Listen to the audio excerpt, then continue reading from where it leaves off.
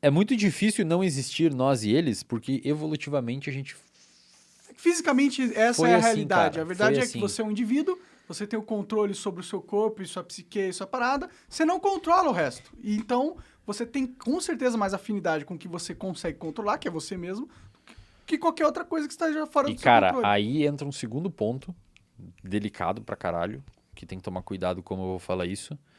Mas você não tem tanto controle sobre você, cara. Ah, tô ligado, tô Você acha que ligado. você tem controle sobre você? Na verdade, não. O que você acha do livre-arbítrio? Eu já vi, tem o Sam Harris, que é um cara que é um... Eu acho que ele é O neurocientista que ele também. fala? Não sei o que ele fala. Ele fala sobre filosofia, neurociência, fala um monte de coisa, meditação e tal. É um cara, é um gringo aí, né? E ele fala que ele meditou tanto buscando o seu self, né? Buscando o seu eu. E aí ele percebeu que no momento de mais pura concentração e meditação, no momento de transe que ele chegou de meditar tanto, ele percebeu que não existia. Não existia o seu eu. Isso é uma ilusão. Eu é uma parada muito difícil de definir, né, velho? O que é eu? Tipo, eu... Onde está o eu no cérebro? Exato. Algumas pessoas que têm essa noção de que as pessoas que falam que têm livre-arbítrio, que existe esse eu, que existe uma pessoa que comanda o seu comportamento, a impressão que dá é que estão falando de um... Beleza, é o seu cérebro. É o seu cérebro que está gerando o seu comportamento.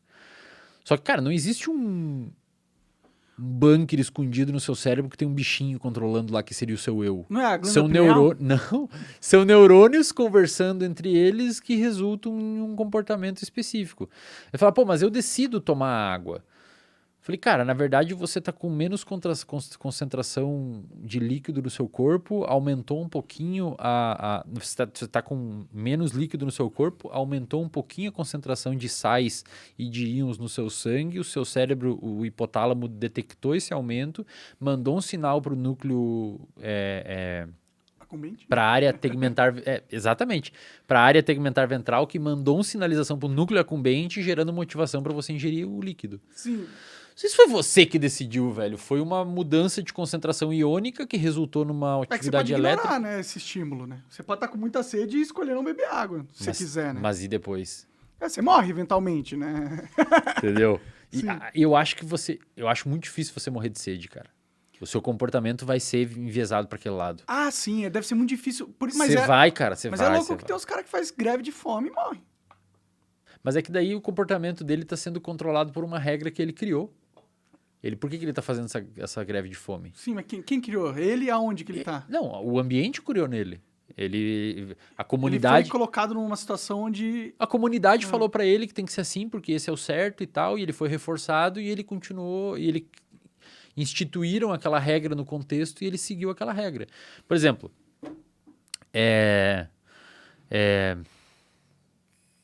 basicamente, essa discussão do livre-arbítrio é uma coisa, assim, tem que lembrar as pessoas. Os dados são muito contraditórios. Dentro da neurociência, os neurocientistas não têm um consenso. Tem 95% dos neurocientistas vão dizer que existe livre-arbítrio e 5% vão dizer que não. Entendi. Tá? A questão é assim... Por exemplo, tem um estudo... É que assim, o nosso comportamento ele é modulado por coisas que a gente nem imagina, cara. Ah, sim, a gente Tem um estudo de júris, por é exemplo. muito mais inconsciente do que consciente. Você conhece o no estudo dos Não, juízes? não conheço. Tem um estudo que foi publicado na PNAS. Os caras analisaram mais de 2.000 decisões de juízes em tribunais nos Estados Unidos e plotaram num gráfico as decisões favoráveis e não favoráveis ao réu. Ou seja, quando eles foram puniram Punidos ou não. E eles plotaram também no gráfico quando o juiz comeu. Quando o juiz o quê? Comeu. Comeu? Uma refeição.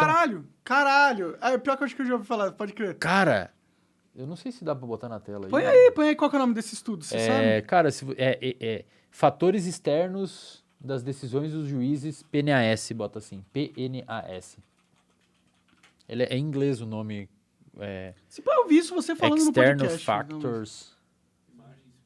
Talvez imagens apareça. Não? Bota em inglês esse título. Basicamente assim, quanto mais próximo da refeição, mais benevolente o juiz foi. E quanto mais longe, mais duro ele foi nas penas. Ou seja, leve um lanchinho pro seu juiz antes. Cara, imagina, você fica com fome, cara. E aí você vai perguntar o que acontece no cérebro de uma pessoa com fome. Basicamente, a perda de glicose, quando você tem menos glicose circulante, ali ó, ali no lado é a proporção de decisões favoráveis e cada bolinha daquelas é quando ele comeu. Caralho, Então, olha, ele comeu 70% das decisões, cara, 70% das decisões depois do almoço eram favoráveis. Quando passava até algumas horas depois da última refeição, caía para 0. Ele tinha uma maior tendência de punir. Ou seja, ele não tá punindo baseado na lógica da lei e o seu trabalho imparcial como juiz. Ele tá punindo com pensa eu assim, tô ó, bem, quando, vou fuder esse cara. Não, não tô bem. Não, pensa assim, ó, quando você tá com fome, o seu cérebro, ele tem menos energia, porque tem menos glicose ali, portanto você tem menos gasolina ali para pensar direito. Sim, sim. Recursos escassos no cérebro. Além disso, o seu sistema atencional e motivacional, que envolve dopamina e noradrenalina, ele começa a ser direcionado para comida. Você começa a pensar mais em comida. Você não vê a hora do tempo passar para você comer logo, porque você está com fome. Você quer que chegue logo para você comer, você não vê a hora de comer. Então, ó, as outras coisas, elas começam a ficar um pouco mais de lado e você quer acelerar o processo. Além disso, cara, você tem menos glicose no seu cérebro, especialmente numa região que é a mais cara do cérebro, que é córtex pré-frontal. E sabe o que o córtex pré-frontal faz, além de várias coisas? Toma decisão? Empatia. Empatia? Então, se você tem menos glicose no seu cérebro na área que é responsável por empatia, Você fica mais cuzão. Talvez você fique mais cuzão. Entendi. Caralho, cara. E isso é uma variável, cara. Fora se você, por outras. exemplo, pegar sujeitos e colocar numa sala e colocar um cheiro podre na sala, um cheiro ruim, essas pessoas tendem a ter opiniões mais conservadoras. Tendem a ser mais contra casamento gay, mais... Caralho, que loucura! Isso tem estudo mostrando. Um estudo publicado na PLOS One. Se você botar um gosto ruim na boca de uma pessoa, essa pessoa tende a julgar a outra pessoa como moralmente mais inadequada em média do que sem o gosto ruim. Nosso cérebro confunde o gosto nojento com uma pessoa nojenta. Caralho, a gente é muito burro então, né, mano? Não é que é burro, cara. O nosso cérebro é uma massa de células que recebe informações sensoriais e cria uma resposta frente a isso. E aí que tá, cadê o seu livre-arbítrio? Se você tem livre-arbítrio, mas todas as situações externas vão influenciar na decisão que você toma... Monark, pensa assim, ó, se a sua mãe, cara, quando você tava na barriga dela, se estressou, você nasce com um eixo de resposta ao estresse mais sensível. Então, na sua adolescência, talvez você seja mais pistola. Pode crer. E aí você brigou com a sua namorada. E aí? Você já foi modulado a ter essa briga desde quando você tava na barriga da sua mãe. Porque o seu eixo de resposta ele já é mais sensível. É meio bizarro. Eu não sei. Realmente... meio louco porque a galera fala assim, pô, mas então eu vou fazer o que eu quiser, eu vou matar pessoas e não é minha culpa.